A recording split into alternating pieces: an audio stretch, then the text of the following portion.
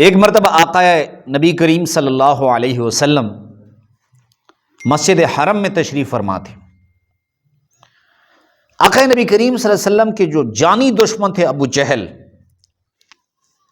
وہ حرم میں تشریف لائے اور کفار بھی ایک طرف بیٹھے تھے اور صحابہ اکرام رضی اللہ عنہم اجمعین بھی تشریف فرما تھے۔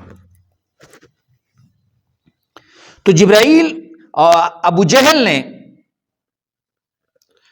آقا نبی کریم صلی اللہ علیہ وسلم کو فرمایا، اے محمد، اگر آپ آج یہ بتا دیں کہ میرے ہاتھ میں کیا ہے تو میں ایمان لے آؤں گا۔ تو آقا نبی کریم صلی اللہ علیہ وسلم نے فرمایا، ابو جہل، میں تمہیں یہ بھی بتاؤں گا کہ تمہارے ہاتھ کے اندر کیا ہے اور اس چیز کے اندر کیا ہے۔ تو آقا نبی کریم صلی اللہ علیہ وسلم نے فرمایا، ابو جہل، تمہارے ہاتھ کے اندر ایک موتی ہے اور اس موتی کے اندر ایک کیڑا ہے اور اس کیڑے کے منہ کے اندر ایک سبز پتا ہے۔ تو ابو جہل نے جیسے اپنا ہاتھ کھولا تو موتی تھا اس کے ہاتھ میں۔ تو آقا نبی کریم صلی اللہ علیہ وسلم نے فرمایا کہ اب اس کو توڑو، اس کے اندر کیڑا ہے اور یہ بھی اس کیڑے کے اندر ایک سبز پتا ہے اس کے منہ میں۔ تو ابو جہل کہنے لگا کہ یہ موتی تو قیمتی ہے، میں اسے توڑوں گا تو میرا بہت نقصان ہو جائے گا، اور اگر اس کے اندر جو ہے وہ کیڑا نہ نکلا تو پھر آپ جھوٹی بھی ثابت ہو جائیں گے نعوذ باللہ، اور میرا موتی بھی جو ہے ٹوٹ جائے گا۔ تو ایک صحابی رسول اٹھے، اس نے کہا، تم اسے توڑو، قسم ہے رب ذوالجلال کی، اگر اس کے اندر کیڑا نہیں نکلا اور کیڑے کے اندر اس کے منہ کے اندر سبز پتا نہیں نکلا تو اس کی قیمت میں تمہیں دوں گا۔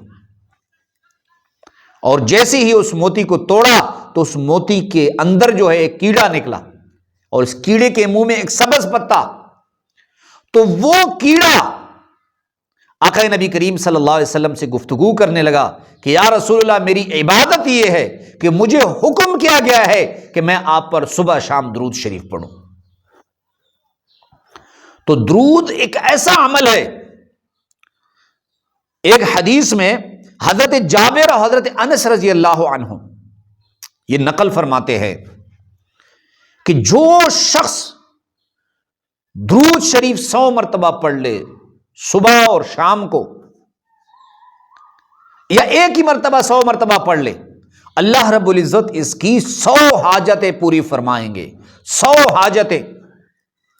اور پھر فرماتے ہیں کہ 100 حاجتوں میں 70 حاجتیں آخرت کی اور 30 حاجتیں دنیا کی۔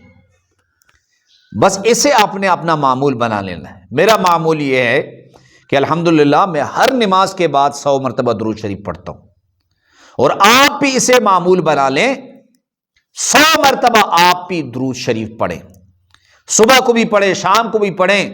آپ کے روزگار کی پریشانیاں، رشتوں کی پریشانیاں، گھر میں دوسری پریشانیاں، ٹینشن کی بیماریاں، اللہ رب العزت اس عمل کی برکت سے جو ہے اسے ختم فرما دیں گے۔